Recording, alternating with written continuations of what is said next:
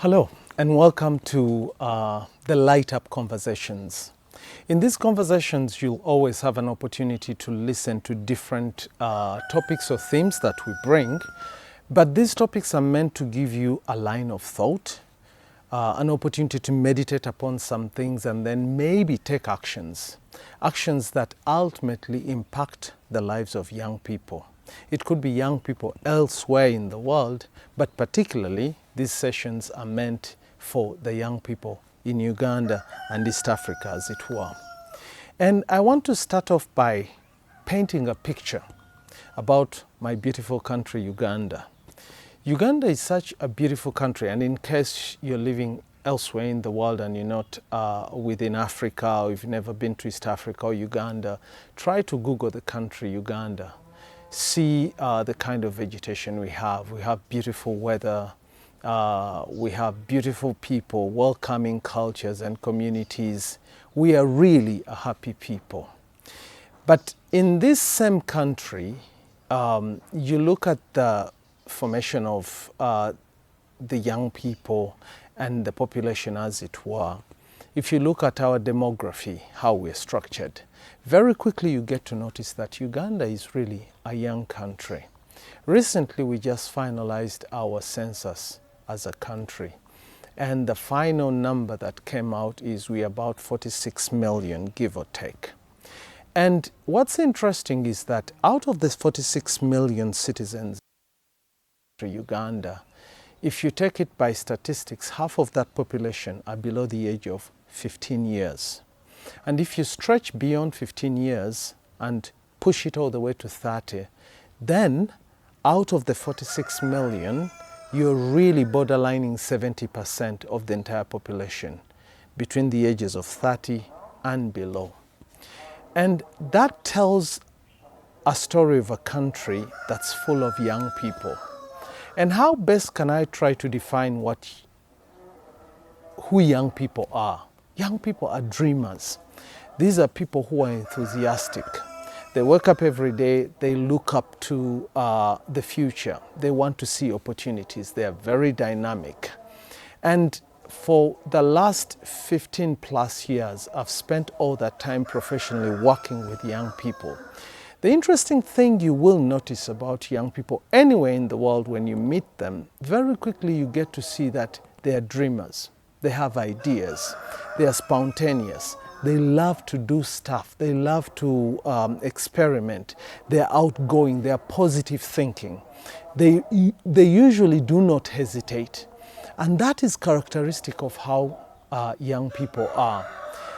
But that also tends to be the very character that sometimes scares people. Because young people can come across as people who are demanding. They'll ask for things, they don't hesitate.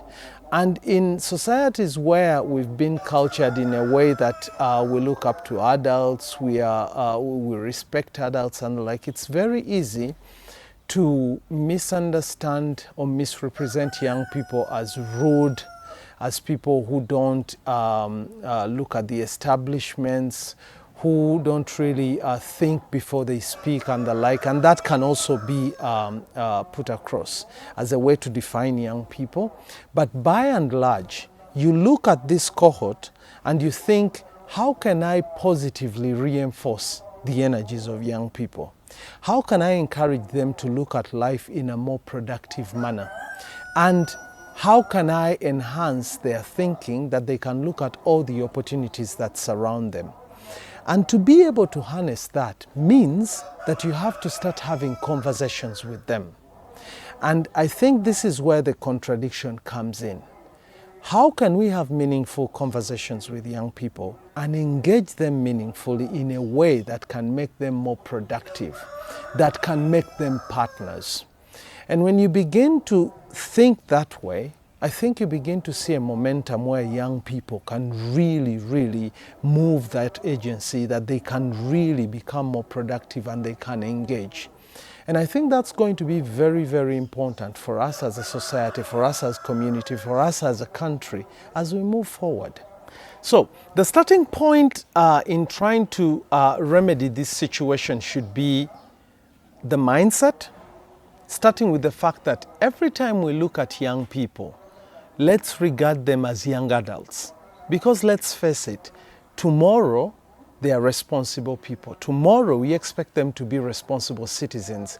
This world we talk about is theirs tomorrow. And tomorrow doesn't mean 10 years, 20 years, no. Even if it's as little as 2 years, 3 years, it's tomorrow. So we really need to move on that. And we need to take into consideration specific aspects now, actions that we can take. Number one, everyone can lead this change to create opportunities. It means each and every one of us, wherever we are, we look at this large population, we look at this majority of the population and take it upon our responsibility to know that we have a responsibility to do something that can create opportunities for these young people. The second is, and that falls largely on government, that government should prioritize the investments that skill, teach, and create startups and help to innovate. And I think this is very important for government to take as an opportunity. If we can create spaces where young people can really innovate, can be given a chance to try out things, this is where the difference lies. But I think even finding these opportunities sometimes can really be hard for young people. I commend the government of Uganda currently that it's taking steps in this direction already. If you look at the presidential initiative on skilling, that's already a step in the right direction.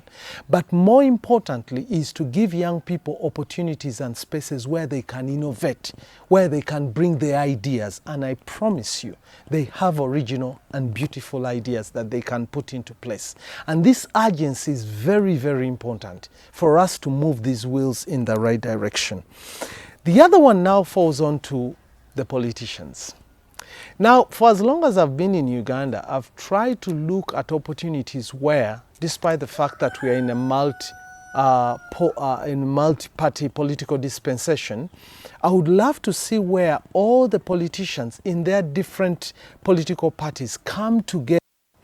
And here we are not looking at which party is forwarding what, but we are all collectively looking at what will work for us, what will help our people. And if we listen to the voices of our people, these are their needs, and this is where we're going to prioritize. So for me, bipartisan policies to advance education, to advance skilling, to advance the health of young people, and investment opportunities that can benefit them is very critical. It's a very critical step. And that is something that we need to see happen.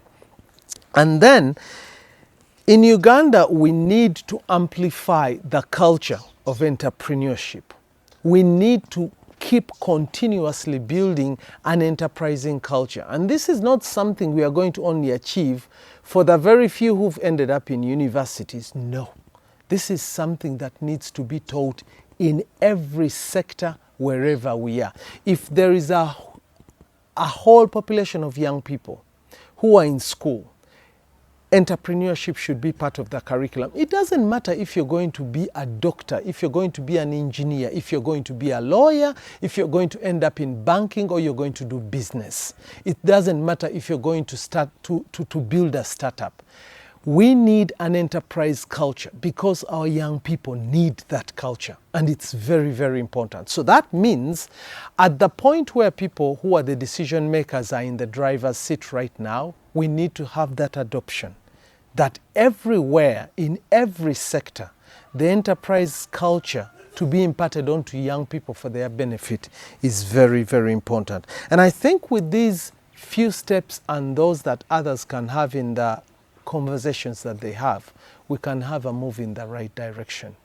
I've always had conversations with some of my colleagues in the social development sectors, and I ask them, what does it really take when we say that we should talk to our leaders, we should talk to the policymakers, we should talk to the politicians, we should talk to the parents of how best they can increase the investments when it comes to young people? Because ultimately, that is what's going to define the future for us as a country, as societies, as communities. Of course, these investments have to look into areas of education. They have to increasingly look into areas of health. And by and large, we have to look into some of those opportunities that surround us and how we can harness them. And I think if we look at that, that alone can already make a shift and can make a change. So every time I look at some of the tensions that I see around in my community, in our society, in our country, where young people are demanding for change, they are demanding for answers, they have questions that they are raising, the first thing that comes into my mind is, how well do we really engage young people? Not in a passive way, but how meaningfully do we engage young people? And when we carry out these engagements, do young people stand at a point where they are convinced that these conversations are meaningful, that the engagements that we have with them are yielding results, and that they feel that they are centered in every action that is going on? Because let's face it, if you're talking about 65–70% of the entire population being this same group of people, then it makes a lot of sense if you say, this is where we're going to prioritize our investments and this is where we're going to focus. So for me, moving forward, I would think as a line of thought that this call, this engagement that we are talking about, doesn't only stop at the head of state, the president, the cabinet, the politicians, but it takes on every stakeholder. I would love to look at a community where even investors who come into the country to say we are investors, they ask that question, that Uganda is a country that's where a majority of the population are young people. Can you show us precisely how your investments are going to impact this population?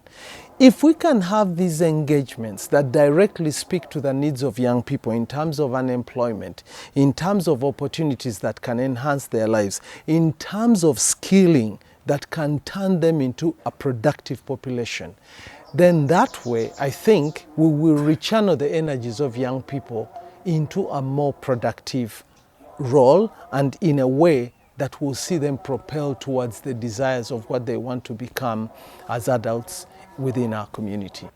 Our young people in this country need urgency. Our young people in this country need opportunities, and we need to harness their energy so that we can create opportunities for them and that they can look in the right direction with their energies and become more productive.